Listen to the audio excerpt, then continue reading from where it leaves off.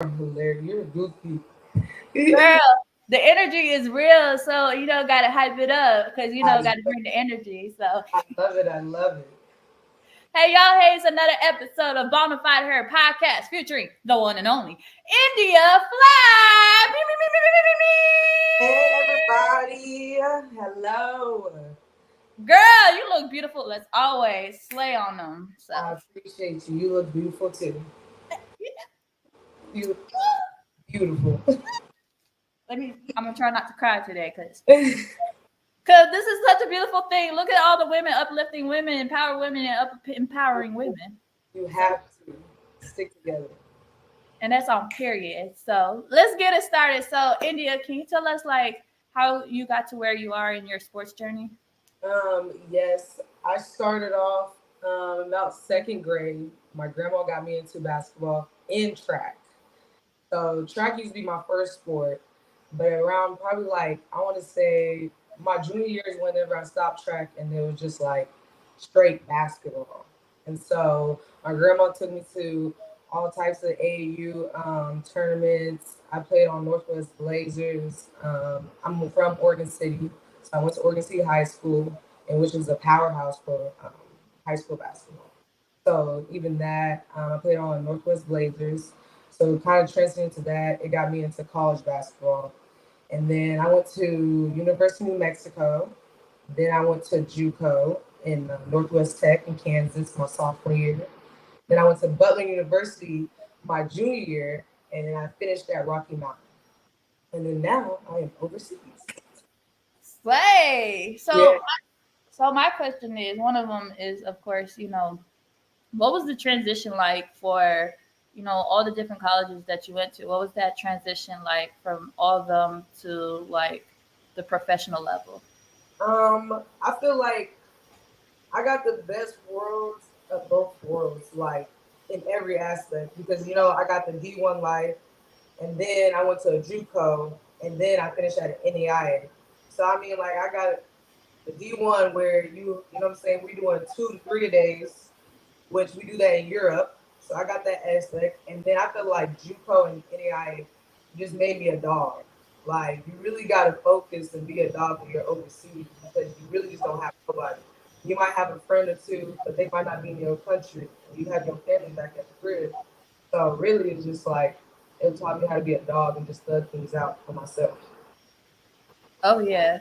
And people and it's crazy how people will downplay NAIA and JUCO, competition because it's supposedly the lower level. But folks don't understand, like you said, there's some dogs. Like, There is everybody's situation is different wherever they ended up, but you have dogs at every single level, no matter what. D1 all the way, D2, D3, NAI, whatever.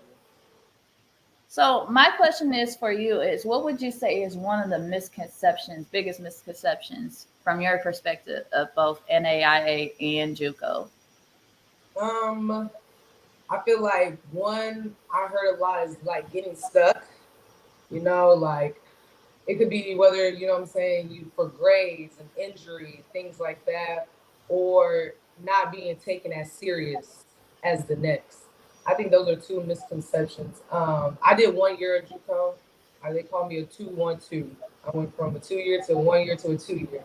So like my situation is a little bit different, but I told myself I got to grind for that year, and like I had to take like 32 credits. I don't know. I had to take a crazy amount of credits in that 1 year to make it out. But true, I did it. You got to do it. Girl, because people like and the transferring process too, like credits, people Mm-hmm. don't understand them credits be crucial. Like if Credits are crucial. because some colleges don't take all the credits, even though it's like it's so much similar, but it's like, oh, that don't count. Like, so what you mean? Like I Right. gotta start all over again? I get all over. Like, I'm like, huh? It's the same class. It's the same. No, I hate that. That was my biggest.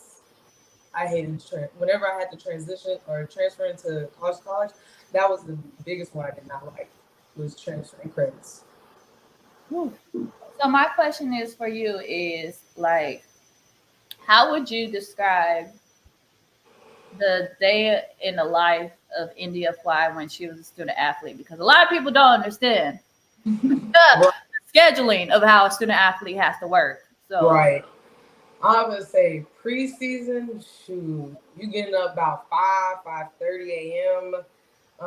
We usually have track workouts, weights, or whatever in the morning. Then you get a little snack. You might get the rest, but then you might got classes. So then you got classes. Then after classes, you might have like a little shoot around or something you like to do for like an hour. Then you might have a little break. Then you have practice. And every college is different. At New Mexico, I had 3 hour practice, but other than that, I had like 2 hours, an hour and a half at my other colleges. And then you get dinner, and then you go to sleep. So sometimes, like, sometimes it'd be hard to, have a social life too, um, along with, especially in preseason basketball. And then you go into real season, it's just like school basketball. And then whoever you hang around with is usually some type of sport because you're on the same time as everybody else, other student athlete. oh yeah, because girl, when I tell you all, like the whole, I feel like this is also a misconception, but correct me if I'm wrong too. Like all the people think that student athletes have it all, like no, like paid for classes, Right, scholarships. Yeah, we'll take that. The scholarships is paid for books and right, academics, but it's not paid for everything. It's not everything. paid for like say their food or housing and stuff. Like Right, understand the behind the scenes aspects of a student athlete. So it's like can't say they have it all. Like nah, you can't. right. No, that is true. I used to be in these debate classes for in college, and one of the biggest topics we would talk about is like a student athlete versus regular student. And regular students be like, "You guys just have it so easy. You guys just have it so easy. You guys don't get to come to class. You guys don't do that. You know how hard it is to have practice or shoot around and have a game, and then you're on a bus. Your bus might not be big either. You might not have the luxury of a big bus, and trying to cram in like 2 hours of work before 11:59. No, it is not fun. It is not easy. Man, especially like the 11:59 p.m. deadline for all your classes, homeworks, projects. So it's like, Right. No, I'll be like, not easy. I'll be coming to class crying the next day. I have to get up early. Then I just got off the bus, probably at 2 a.m. Now I got class at 7 a.m. Not fun. it's like try that for one day, and I promise you, you're gonna be singing a different tone. Right. Just and speaking of which, as student, as an athlete, professional athlete yourself, as well as a black woman, how important is a representation when it comes to women's sports? I think it's a big reputation. The way we talk, the way our demeanor is, everything like that. We're big. I must say, especially like I want to be a lawyer, so whenever now like that I've grown up and been maturing, it's like you gotta speak a little bit more proper, depending on who you're around, eye contact, body language, and all that things like that. You want to represent for the youth too, who's coming up because usually people my skin color, little girls, want to look up to somebody also their skin color. So I think that's a big one. Yeah, because like my question is, what's it like to be, what would it be like for you to be looked up as a role model, or you are already a role model to a lot of girls? What's it like to be looked up as a role model? Um, it's crazy because whenever I was little, you know what I'm saying? Like I'm looking up to other people who I as a role model, and now it's like I'm in that position, and so I embrace it. I have a story, I have a journey just like everybody else, and so basically the mistakes I made and how I matured, I wanted to make sure the youth also look up so that they can go a different path or avoid a different route or wherever they want to go, but just to help and embrace them and everything like that. Ooh, Mhm. as I always call it, God could turn your trial and tribulations into a testimony. So Facts. Yes. you Yes. gotta know, cause. Yes. But the thing is to like, with women's sports, particularly women's basketball, a lot of people, you see a lot of, you see the increase of viewership. What's that like to see that happening for not only in basketball, but also with now the Olympics is happening, everybody want to tune in to women's sports? I'm about to say, sometimes I think it's a blessing in a curse. No, but um, honestly, it's actually crazy now because people will come up to me like more often and be like, "What's your take on this player in the W or on women's sports?" Or it's just like way more talked about, and it's just so crazy to me to think about versus a year ago, 2 years ago, where not a lot of people was really look at it. But I mean, you do have Angel Reese, you do have Caitlin Clark that's bringing in way good viewership, and I think it's growing the game at a beautiful rate and at a beautiful everything. Sometimes the curse part is you have debates on it, you have different topics. Now everybody they want to treat saying what is it, double standards, equal rights, whatever, where they talk mess about the NBA, so they think they can talk mess about the W. So I mean, that's the curse, but I love all of it. I love the debates, I love the controversy, I love the uplifting, I love the viewership rates. Beautiful. Yeah, especially like, with this season, all of it, like, even though the WNBA has been that league, but everybody want to tune in. It's like, we tried to warn you like years Right.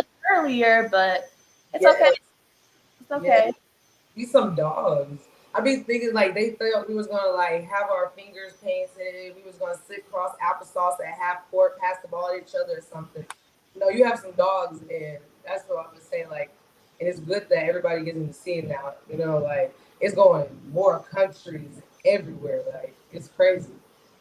I mean, shoot, like they're already gonna create a WNBA team in Toronto, in I Canada. know. So, Yeah, I'm about to so say expansion needs to happen. because like here's the thing, if you think about it too, like if you think about it, um, you've had like so many picks throughout the years that like top five, top four picks. Like, you had Charlie Collar, who was the first draft pick in 2021. Right. Where's she at now? Right. You had, oh God, please forgive me, Kairisi or Kaisiri, Oh um, yeah. who was the fourth pick Uh huh. and gets waived by the Fever. Then she was picked up by Chicago, gets waived, and I'm like, Right. where It's crazy. We need an expansion. We need more teams. Like now, people who all these celebrities and everything that started to watch basketball, they need to start investing. Start investing in some teams. And I think what's also amazing is that some of the Brianna Stewart and Nafisa are starting a different league too. And already now Paige Beckers is about to be a collegiate Mhm. athlete with it and get her equity. So I think that's amazing. But my question is for you is, um, with the NIL, Mhm. what is your input on the NIL? I missed the NIL by like a year, so I'm jealous, but I think shoot they get paid. I can't hate on it. I can't hate on it one bit. It's like a free agency. You get to transfer at a free rate now. You don't got to sit out a year, and you got NIL. It's a free agency, so players just get into the bag, and that's beautiful because then also jersey selling. You can make more off your name. You have so many people who have a lot of names for themselves. So being able to get paid for it now is crazy. They should have been had an NIL, but I think yeah, because if you think about it, like you would see a lot of people wearing, probably say your jersey or having your number and your name and your image, and it's like, where my cut at? But where's my where's my money? Like, where's my money? Where the money at? Where the money at? So, but it's because with everything going on too, like, and you're right, like during back in college days, like when you transfer, you had to sit out 1 year and it Mhm. and it like kind of cost, your playing time. So like say if you were trying to hit 1,000 points, it's like that's gonna be really hard. So It's gonna be real hard. But my question is for you is, you know, with everything that closed during 2020 because of COVID, Hmm. how kind of like how impactful was it for you as a player, like where you had to like literally sit down like, okay, what do I do next with my career but also with myself that I need to take care of? Right. I would say that was the year I was leaving Butler. Yeah, I was leaving Butler. So basically, the Big East tournament was happening, didn't happen, COVID hit. And then it was a transition of like kind of stay D1 or just NAI route. And so I'm gonna say whenever I went NAI, I sat out for the COVID year. I sat out for that 1 year for that COVID because it got to a point where the first like month of games they was canceling. And it's like you can't get into gyms. Your whole team, once player gets sick, that means you all can't go. Next thing you know, like the whole thing. So I think like basically more so staying up on my nutrition, being able to whenever I'm sitting out that year, being able to still get repetitions in, going to the weight room, going to the gym, it was at a higher rate than most years, than previous Yeah, because man, like everybody had that extra COVID year, so people I know like a lot of people when they see their favorite player, like, dang, this person been here for 6 years. Like, well, I mean, you could years. thank the COVID year. COVID year. I didn't take my COVID year, but like I was just like, yeah, I gotta go overseas. I don't need nothing COVID happening again. Where I gotta sit, where I gotta sit out again. It's like I love college ball, but I can't do this today at all. You know, not that long. Not that long. Well, but also, would you say like how important is mental health to you as an athlete? Mental health is big. I was about to say, I mean, I think it's your whole persona. You're gonna have so many things happening at once where I think now like they're having more psychologists, team psychologists on the team to being able to talk because you have so many people who go through things, especially that play a sport. And so, like, whenever I played at Butler, I went through a terrible time where I was just down. Like, and I'm a bubbly person. Like, I smile, I laugh a lot. It was just getting to a point where I'm just like, like I'm not having fun. So, being able to kind of take a side, and that's where I got more to like, what is mental health? You know, like as a person like me, I have a barrier where I need to feel like I need to be dominant or I need to be fierce or I can't show no emotions. So I feel like that year, my junior year, I really got into mental health and how I can take aside things, just not like basketball, where there's journaling or doodling or just being able to go outside or go run, where I had to do, more embrace that than just be in a campus dorm all the time and then going to practice. Man, because a lot of people don't understand. Like I've always said this, and I always say this. Like if you are going to be a fan or a supporter of the athlete, Hmm. just know they are human first. First and foremost, they have emotions. They are humans. What Right. they're doing is a job. Yeah. Like yes, they are. They you enjoy them when they are a spectacle in your life, spectating. But you got to remember they are human first. And if you can't appreciate or accept them when they feel the need to vocalize how they're feeling, whether what's going on, and Right. it's okay to demean them for that, but you know, oh, it's okay when they're entertaining you, then you're not a true supporter. Like you can't Right. do that. Right. In agreement. You're definitely right. Because if you think about it, at the end of the day, there's going to be a time where that sport is going to stop either dribbling, kicking, or even like running to Yeah. where, like, you know, people going to ask, you have to ask yourself at times, who am I without that sport? Right. Yes. That is true. I'm just I'm just letting folks know. I'm just letting folks know. Yes, we are so much more than just basketball and in our sport or whatever. You are correct. Hey, some folks gotta understand. If you really appreciate them with their Right. sport, appreciate more when they are human, because that's the most important part. It is. Yes, ma'am. So, Amen. I'm just letting I'm just saying. Folks ain't ready for that conversation. Right. Folks ain't ready for that conversation. Oh, right. They're not ready. They ain't ready for it yet. Ah, but they're gonna learn today. So, Mm. but so my question is, um, as an overseas players, like, what would you say is the misconception about the overseas competition that people like to downplay? Um, probably pay, pay in living, yeah, pay where we how we live. Like people think sometimes like everybody's different, honestly. You get what I'm saying? Everybody's pay is different. But some people think that you just go there like get McDonald's money or or we're not living in like houses or apartments and things like that. Um Depending on where you are, maybe like about the basketball. But I mean, shoot, you never know. You can be paying against somebody that's 35 too, that has a whole job, that's been doing this and played for their whole national team that's in the Olympics right now.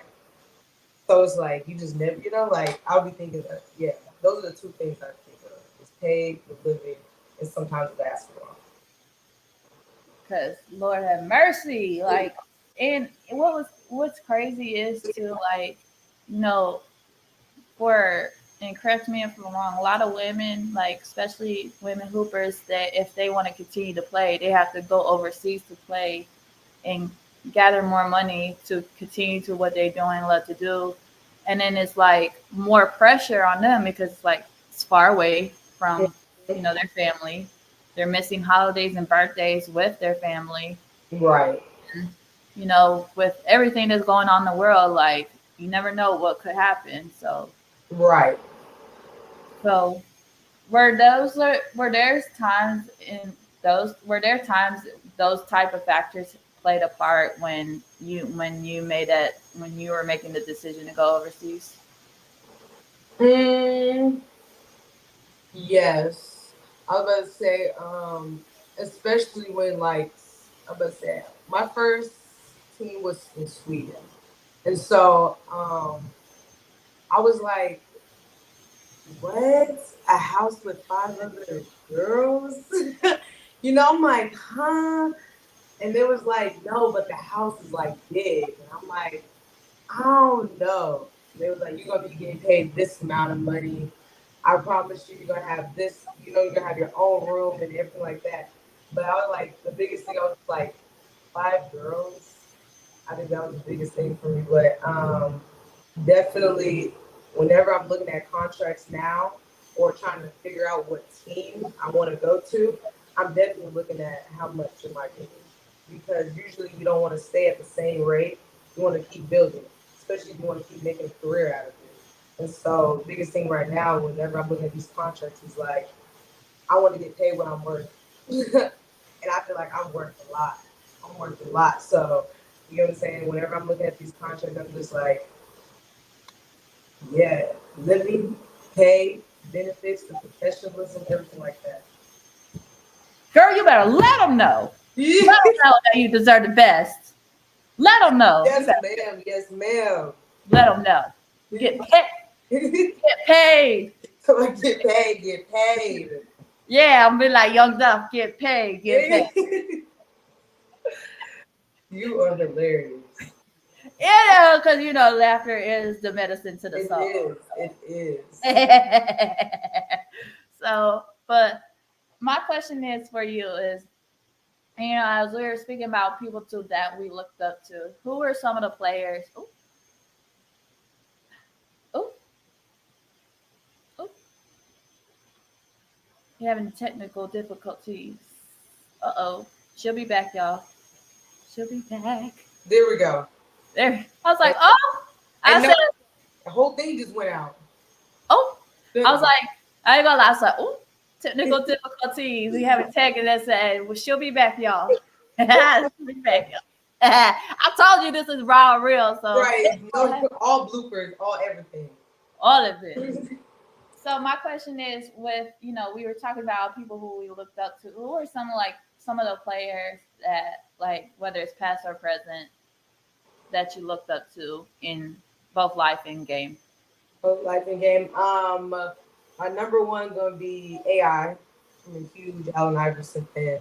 My whole I have a leg sleeve, and the whole bottom of my leg sleeve is dedicated to AI. One of the biggest reasons why is because his story is so raw, especially in high school when what he went through, and so it was just something I can kind of relate to. And then seeing him prosper from it, go to Georgetown, go to the Sixers, and then face more adversity when he went to the Sixers, 76ers, and stuff like that. So he's a big role model for me. Let's say for my life, my grandma. I gotta do my grandma. She taught me everything. I'm gonna say I started living with her at a young age. Um, she's helped me mature. She's been with me thick and thin. She's somebody I look up to. She's a very independent, strong woman. Gets on my nerves sometimes, but hey, I get on hers too. I get on hers too. And so, but those would be my two biggest ones. In the W, I would say my role model would be I like Candace Parker, especially Candace Parker or Maya Moore. Maya Moore, let's say, just even for her wanting to fight injustice, wanting to be a lawyer at once upon a time too, kind of taking aside from basketball and focusing on her man and trying to get her man out. Yes, ma'am. I know that's right.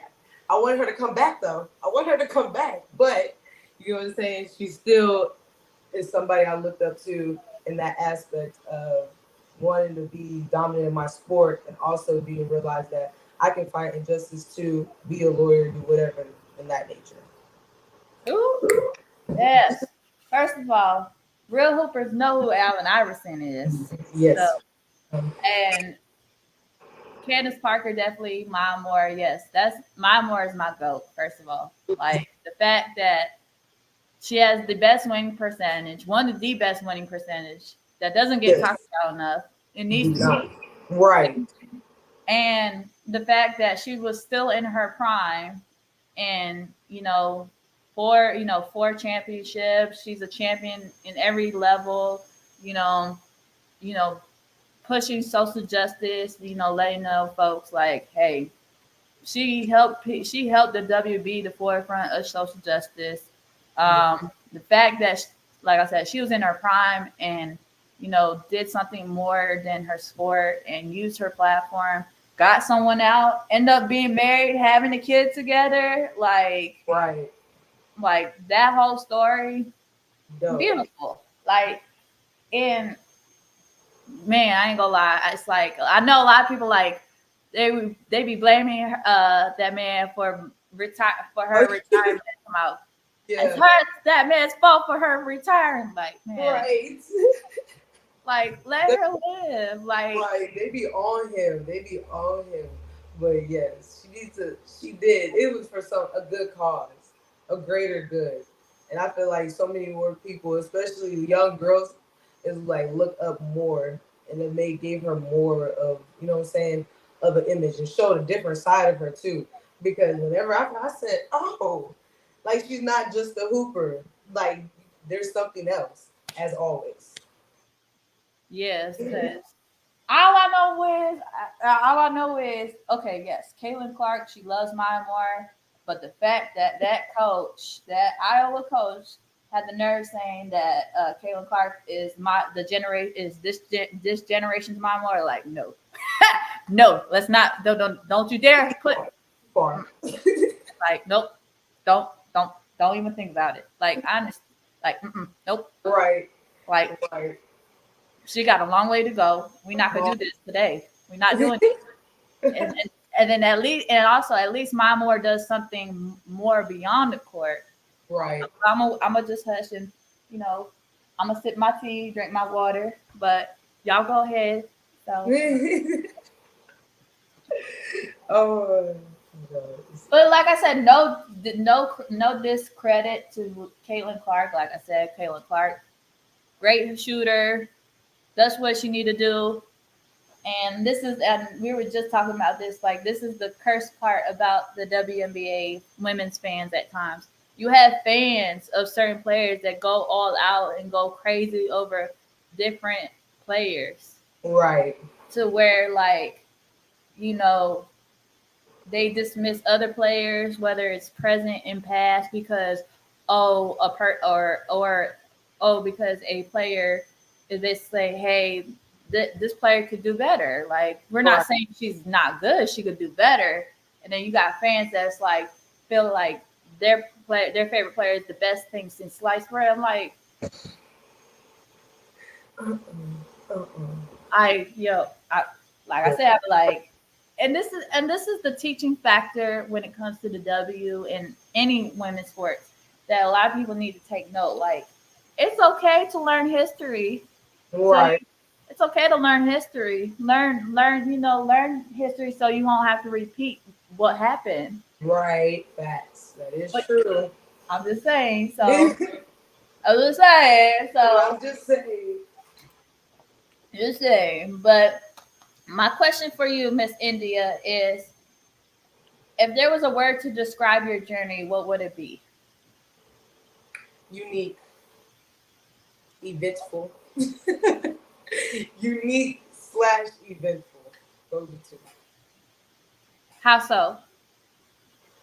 I was gonna say, usually the perfect journey is going to college for 4 years at the same college. Maybe you do a grad at somewhere else and then kind of going overseas. I say my journey is just unique because I got to hit kind of every single level besides D2 and D3 of basketball. So I feel like going from a D1 to a JUCO back to a D1 and then hitting the NAIA, it just makes my story just very unique. Like, you did all that and then went overseas.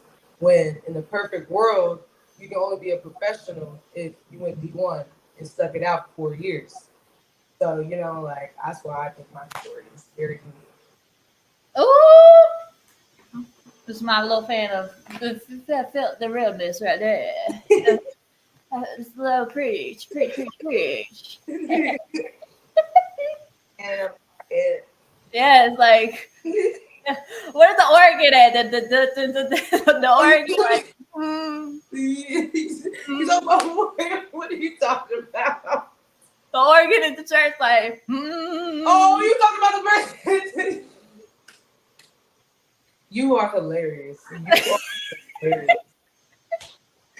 I didn't hear you at first. I'm like, I just see you over here doing this. I'm like, what is the word, like the organ in Yes, the church, yes, yes, like, it's yes. like, he saw the best in me.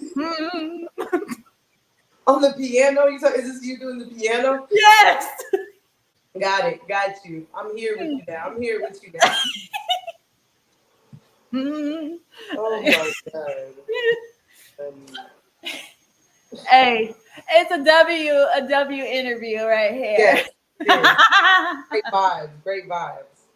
Always. So I always ask my guests this question, ma'am, and the question is, so Bonafide means authentic, unique.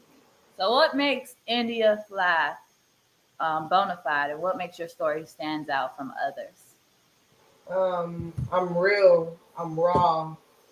Um, I'm me. I'm Indian Fly. Like, um, everybody has a story. Nobody's story is better, worse, none of that. I'm just myself all the time. I show myself true. I'm never fake. You're gonna get the real me all the time. Whether you like it, that's on you. And if you don't, then hey, I wasn't it for you, but I always just try to be me, and that's why I think I'm bona Yes, on facts. fide. Mm. Hey, I just felt the realness right there. It's Thank like you. as the what's it called? What's it called? Where the organ at? Pew, pew, pew, pew. Like it's like so Yes, the best in man. me. I'm crying. I'm But it's because like here's the thing. We all got a story, we all got a journey. right. But only takes the real one and the right one to like, hey, I rock with you. I like you.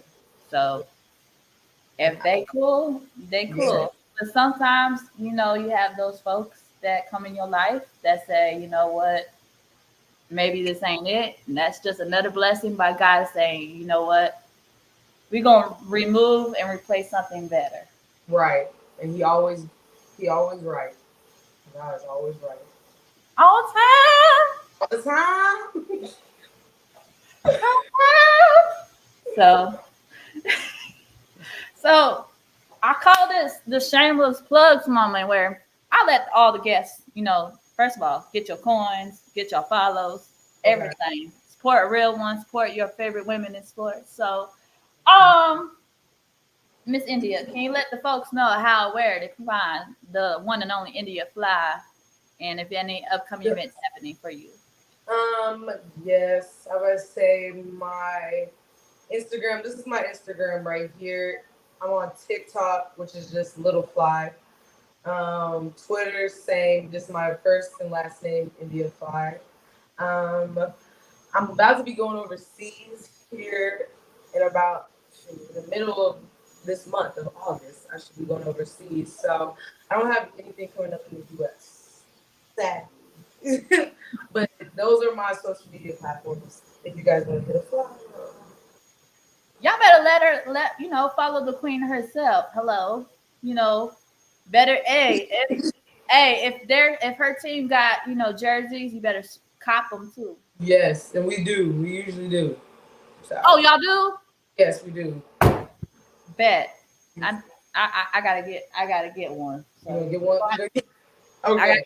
I gotta get a jersey or a shirt. Make sure Okay. I gotta do it. I gotta do it because hey, like I said, support real ones Right. Always. all all the time. All So the time. so thank you guys for tuning in to episode 73 featuring the one and only India Fly. And you can be sure to check out the live replay of episode 73 after this showing. So thank you guys for tuning in. Thank you to Hi, thank India. you. Thank you so much for having me. I appreciate you, Ashley.